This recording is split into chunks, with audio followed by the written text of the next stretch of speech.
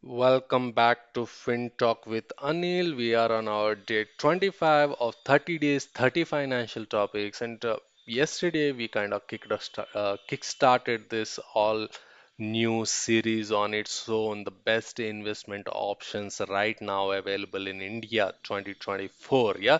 So yesterday we have discussed why the investment plans are a must, benefits of investment plans, some categories of investment plans, and as part of it we also covered some various options available as part of low risk investment plans. I'm going to add the link above, so do check that out.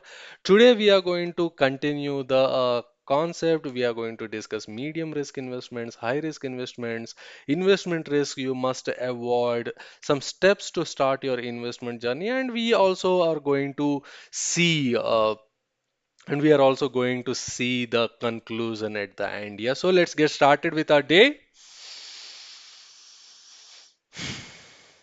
So, medium risk investments.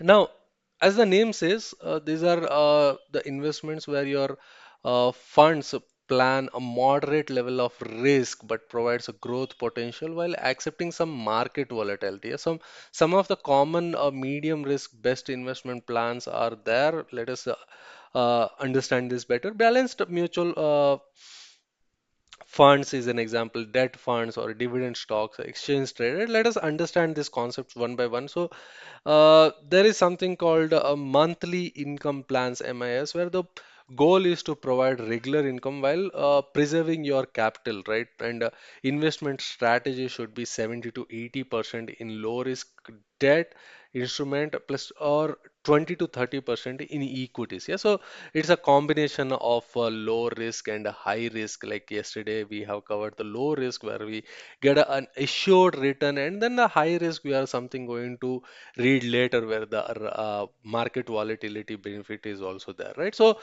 you have to choose your investment plan carefully where you invest a 70 to 80% of your money in the debt instruments, which is part of a risk portfolio, and then the 20 to 30% in equities, which is part of the high risk portfolio. Yeah, so the expected rate of course per annum differs 6 to 8% in the debt and 8 to 12% as a overall taken into consideration the market volatility. Yeah, so this is suitable for people who are conservative in nature and seeking regular income and moderate growth. Yeah, so moving on, hybrid debt oriented funds, there the investment strategy is to combine debt and equity investments same as the before. The risk profile must be medium, and balance between income generation and capital appreciation is like the major goal here, and suitable for people who are like medium risk profile or a higher debt allocation. Yeah, so there's something called arbitrage funds as well. Arbitrage funds in India are a type of fund that aims to generate a consistent return with minimum risk or simultaneously buying or selling securities at a different prices. Yes, that means to say the investment strategy by simultaneously buying and selling securities at different prices. Yes, so that's been said. The investment strategy is to exploit price differences in cash and the derivative markets, and risk is of course medium, and benefits are relatively stable return. Some tax advantages like equity fund taxation etc are there, and suitable for people who are seeking a stable returns and tax benefits, of course. Yeah, so moving on, exchange traded funds, ETFs, that also there, which kind of funds traded on stocks and exchanges, and the exposure is a diversified portfolio of assets, like including equities, bonds, commodities, etc.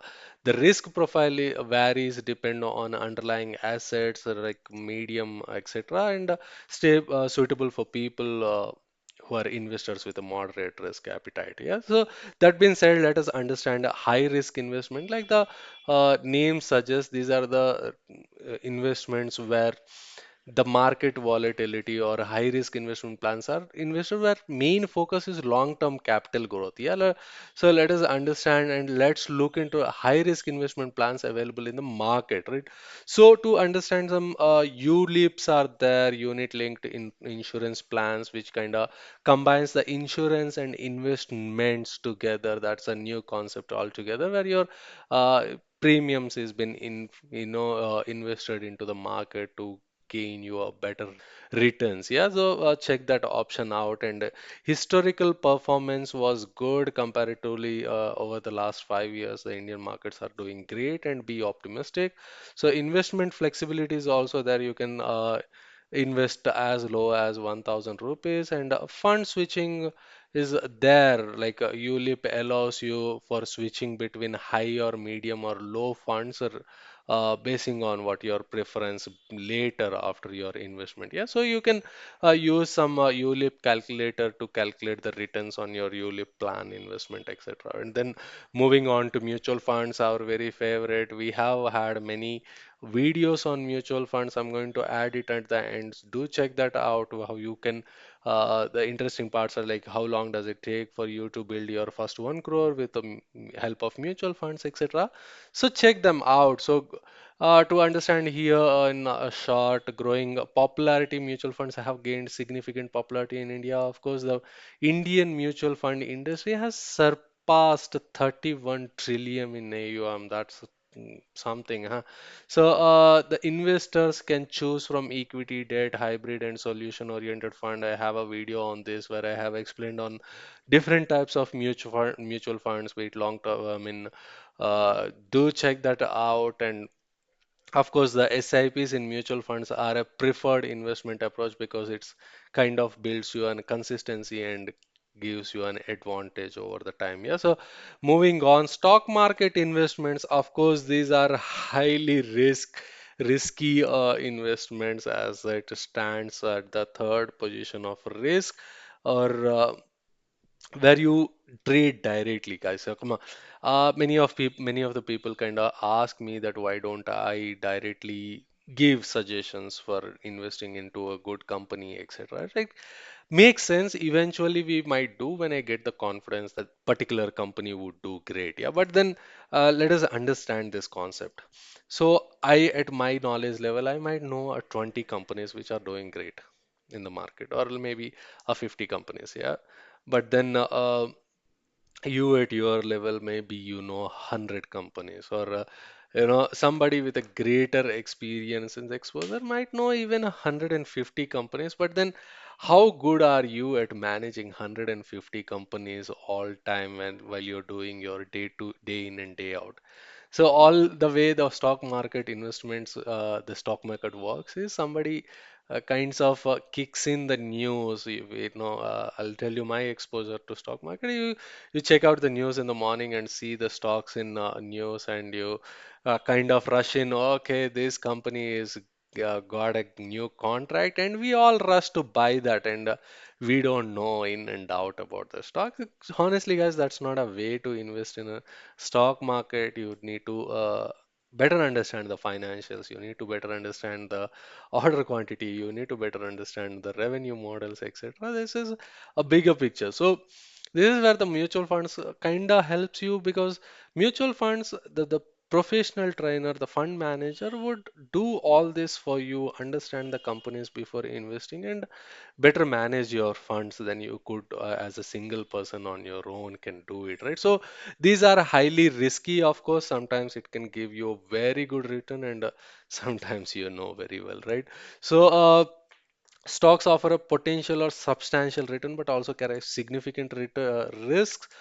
Stock prices can go highly volatile and subject to market fluctuations. Like in a day, you can gain 10% or you can also lose 10%, right? It's somebody is gaining in stock market is somebody is losing in the stock market. Yeah, so it's all you guys out there. So, and research and analytic investment in an individual stock requires careful research and analysis. As I said, it's not gonna be easy.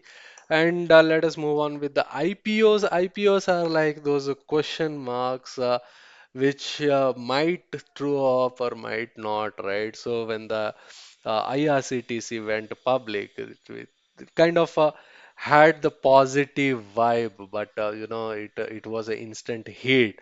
But when the LIC, which is also a PSU or government owned, it was a disaster, right? So kind of estimating which goes right, which goes wrong, or it's not a great way to check, but like with a proper research and analysis, like going into the books and understand the reputation, like you can kind of mitigate this. But IPOs as on now stands a big question mark, which can also be a disaster or a high return portfolio. So this stands at the top rank of our high risk investments. Yeah. So to continue with, IPOs can offer significant return but also carry risk. Like I said, investing in IPOs requires understanding the company going public, etc. And IPO underwritten reputable brokers may be considered also safer when you see them, or who is underwriting them instead, right? So investors should exercise caution and actively observe while investing into an IPO. So that is with that, let us move on and some understand some investment mistakes you must avoid. That's the first thing in our list is ignoring risk appetite. So like it says, don't eat more than what you can take. Yeah. So like I ate off a lot of chicken last night and I'm still regretting why I ate so much. Yeah. So investing without assessing your comfort with risk is not very advisable. So take those baby steps, understand how much you can afford to lose. That's how the investment goes, right? So lack of diversification can also put you in a tough position where you put all your funds in one place, and if something to happen, let us say you trusted Adani, and Adani is all, I'm not saying anything, but the Adani share prices are kind of very volatile nowadays, which kind of gives you so much money and which can also lose you so much money. Yeah, so that don't put all your money in one basket. Yeah, so timing of the market, it is very important how you time the market, because if you don't understand when the markets are down, when the markets are up, when other stuffs are there, you have to timing the market. Like in my suggestion, if you see the markets are down all of a sudden due to any reason, like the US elections, which are external factors like the Adani US case right now going or something like that, you see the market, you know for sure that the market is going to recover. You put more money in that rather than selling the market, be panicked, and neglecting financial goals is not advisable at all, guys, because these are real. Everybody deserves to dream, right? Everybody deserves to make their dreams true. So, if you have a dream, take it serious. Everything can be possible with the time eventually, and plan accordingly, be it investment wise, be it other way around. There are many mediums, right? So, do that manifestation, work on that, and you will reach your goal. Yeah, have a positive note. So, with that, let us understand some steps to start your investment journey. First and foremost thing is, of course, assess your financial goals. Identify whether it is a short-term goal or a long-term goal, etc. And evaluate your risk appetite, how much risk you can take. Let us say, uh, if you lose a particular amount, whether you would be able to cope up, right? That is how the risk appetite is taken care into, right? If you lose a lakh or a couple of lakhs, whether it's going to have a serious effect on your life, that's how you evaluate it, right? So check that out. Also find out your research options basing on, your risk as well as your financial goals, short term or long term. You find out those blend of investment plans where which kind of gives you that proper amount, right? So also it is important that you start small, begin with a small SIP, understand the markets, how it grows. Start with 2000. Yesterday I was talking to some youngster who's just 20. uh, 2 year old and she's like, I don't have enough money. Come on, it doesn't take a lot. It just takes as low as 1,000 rupees, 500 rupees, or 2,000 rupees. Check my video out. How long does it take for you to build your 1 crore? And you will be surprised in the next 1 year how much money, or next 10 years how much money you will have, even if you start as small as 1,000 rupees. Yeah, so when you kind of need that money for you, it kind of makes sense, right? So that is there. So preliminary screening, investment short list, due diligence, check those performances and other regulations, and take your investment decisions. Manage your portfolio basing on the market. Change do a little change. Don't just take. If you see the market and a certain portfolio is growing, you can kind of rearrange your investment strategy. And also, it is important to plan your exit strategy. You don't need to withdraw everything at one shot. Do that exit strategy also basing on how much and when you need, etc. Yeah, so to come on to a conclusion, investments are key to building a financial secure future. Choose options that align with your risk and tolerance and goals, and start investing today to enjoy long term growth and stability, guys. That being said, thank you very much for watching till the end. See you all tomorrow with a new concept. Do let me know what you think about the concepts I've been picking up, or you can give me a suggestion which you want to listen to. Until then, see you all. Bye bye.